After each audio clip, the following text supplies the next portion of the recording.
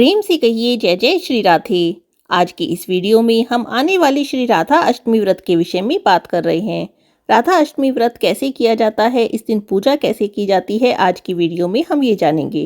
लेकिन सबसे पहले लेते हैं एक प्रश्न। कुछ लोगों का प्रश्न है कि उनके घर में राधा रानी जी का श्री विग्रह नहीं है, राधा रानी जी की सेवा नहीं है, तो ऐसे में क्या वे राधा अष्टमी का व्रत नहीं कर सकते हैं, और अगर करेंगे तो कैसे पूजा करेंगे जबकि उनके घर में राधा रानी जी का विग्रह तो है ही नहीं। देखिए, अगर आपके घर में राधा रानी जी का श्री विग्रह नहीं है तो आप किसी कैलेंडर के साथ या चित्र के साथ, जो फोटो फ्रेम में चित्र होता है उसके साथ भी राधा रानी जी की पूजा कर सकते हैं। जरूरी नहीं है कि आपके पास विग्रह होगा तभी आप राधा अष्टमी का व्रत या पूजा कर सकते हैं। अब यहाँ पर प्रश्न होता है कि हम अगर कैलेंडर के साथ पूजा कर रहे हैं तो हम पंचामृत से अभिषेक कैसे करेंगे। जब हमें पूजा करनी है, अभिषेक करना है, तो हम अभिषेक कैसे करेंगे। देखिए, अगर आप कैलेंडर के साथ पूजा कर रहे हैं तो अभिषेक आप मानसिक रूप से करेंगे और बाकी पूजा आप कर सकते हैं। और अगर आपके घर में लड्डू गोपाल जी विराजित हैं, बाल गोपाल जी का विग्रह है, तो आप उनका भी श्री राधा रानी जी के रूप में इस दिन श्रृंगार कर सकते हैं और तब पूजा कर सकते हैं। अगर ये भी करना संभव ना हो तो आप बाल गोपाल के विग्रह को सामने स्थापित करके मन में श्री राधा रानी का ध्यान करके भी पूजा कर सकते हैं। आप जानते हैं श्री राधा अष्टमी का व्रत कैसे किया जाता है। श्री कृष्ण जन्माष्टमी की तरह ही श्री राधा अष्टमी का व्रत भी पूरे हर्षोल्लास और धूमधाम के साथ मनाया जाता है। सुबह में सबसे पहले उठें, नहा धोकर स्नान करके अपने मंदिर की सफाई कर लें, पूजा की तैयारी कर लें, मंदिर को अच्छे से सजा लें। जिस तरह से श्री कृष्ण जन्माष्टमी की पूजा रात में 12 बजे की जाती है, उसी तरह श्री राधा अष्टमी की पूजा दिन में 12 बजे की जाती है। दिन में 12 बजे तक आपको पूजा की सभी तैयारी कर लेनी है। जो भी आपने मिठाई बनानी है, प्रसाद बनाना है, भोग बनाना है, वो सब बनाकर आप तैयार कर लीजिए। श्री राधा अष्टमी के दिन श्री राधा जी को अरबी का भोग विशेष रूप से लगाया जाता है। श्री राधा रानी जी का प्रिय भोग अरबी का भोग है, इसीलिए इस दिन घर में आप अरबी का भोग जरूर बनाएं। दिन में 12 बजे श्री राधा रानी जी के विग्रह का पंचामृत से अभिषेक करें। देखिए, यहाँ पर एक बात ध्यान देने योग्य है। जब भी आप श्री राधा रानी जी की पूजा कर रहे हैं तो राधा रानी जी की पूजा अकेले नहीं की जाती। अगर आपके पास युगल स्वरूप में राधा कृष्णा जी हैं तो आप दोनों के एक साथ पंचामृत अभिषेक करें, दोनों की एक साथ से पूजा करें। अगर आपके पास बाल राधा रानी हैं और बाल गोपाल जी हैं तो आप दोनों का एक साथ अभिषेक करें और दोनों की एक साथ पूजा करें। और यदि आप कैलेंडर वगैरह ला रहे हैं तो वो भी आप दोनों का, श्री राधे कृष्णा जी जिसमें दोनों विराजित हों, ऐसा कैलेंडर लेकर आएं।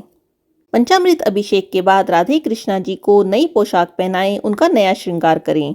कुछ लोग पूछते हैं कि राधा रानी जी को इस दिन कौन से रंग की ड्रेस पहनानी चाहिए, कौन से रंग की पोशाक पहनानी चाहिए। तो देखिए, राधा रानी जी का प्रिय कलर नीला रंग माना जाता है, गहरा नीला रंग राधा रानी जी का प्रिय माना जाता है। तो आप कोशिश करें कि इसी रंग की ड्रेस राधा रानी को आज के दिन पहनाएं। श्रृंगार करने के बाद राधे कृष्णा जी की विधिवत पूजा करें। राधा अष्टमी की व्रत कथा पढ़ें। जितना अधिक हो सके राधे कृष्णा जी का नाम जाप करें। राधा अष्टमी के दिन नाम जाप का बहुत महत्व माना गया है। जितना अधिक नाम जाप किया जाता है उतना ही प्रसन्न श्री राधा रानी जी होती हैं। इसके अलावा श्री राधा अष्टमी के दिन श्री राधा कृपा कटाक्ष पढ़ने का, सुनने का, श्री राधा कृपा कटाक्ष का जाप करने का बहुत अधिक महत्व माना गया है। कुछ लोग आज के दिन 100 बार श्री राधा कृपा कटाक्ष पढ़ने का संकल्प करते हैं। जो कोई भी श्री राधा अष्टमी के दिन श्री राधा कृपा कटाक्ष का 100 बार पाठ कर लेता है, श्री राधा रानी जी की कृपा उसे सहज ही प्राप्त हो जाती है। अगर एक दिन में 100 बार पाठ ना कर सकें तो आप एक बार पाठ करने का नियम श्री राधा अष्टमी के दिन से लें और फिर रोज एक बार पाठ करें। कम से कम ये नियम आपको 40 दिन तक का लेना है। श्री राधा अष्टमी का व्रत निर्जला, निराहार या फलाहारी रखा जाता है। जैसी भी आपके शरीर की सामर्थ्य है वैसे व्रत का संकल्प करें। अगर आप निर्जला व्रत करना चाहते हैं तो निर्जला व्रत का संकल्प करें। अगर आप फलाहारी व्रत कर सकते हैं तो फलाहारी व्रत का संकल्प करें। अगर आप फलाहारी व्रत कर रहे हैं तो रात को एक बार पूजा के बाद चांद को अर्घ्य देकर फलाहार किया जाता है। श्री राधा अष्टमी व्रत का पारण अगले दिन सुबह किसी ब्राह्मण को भोजन कराकर किया जाता है। अगर घर बुलाकर ब्राह्मण को भोजन कराना संभव ना हो तो आप अपनी श्रद्धा के अनुसार अगले दिन मंदिर में दान दक्षिणा भिजवाकर भी व्रत का पारण कर सकते हैं। आप जानते हैं कि श्री राधा अष्टमी व्रत का पारण कैसे किया जाता है। अगर आपने राधा अष्टमी व्रत निर्जला रखा है तो आप पारण के समय जल पीकर और तुलसी दल से व्रत का पारण कर सकते हैं। अगर आपने फलाहारी व्रत रखा है तो आप अन्न के साथ इस व्रत का पारण करें।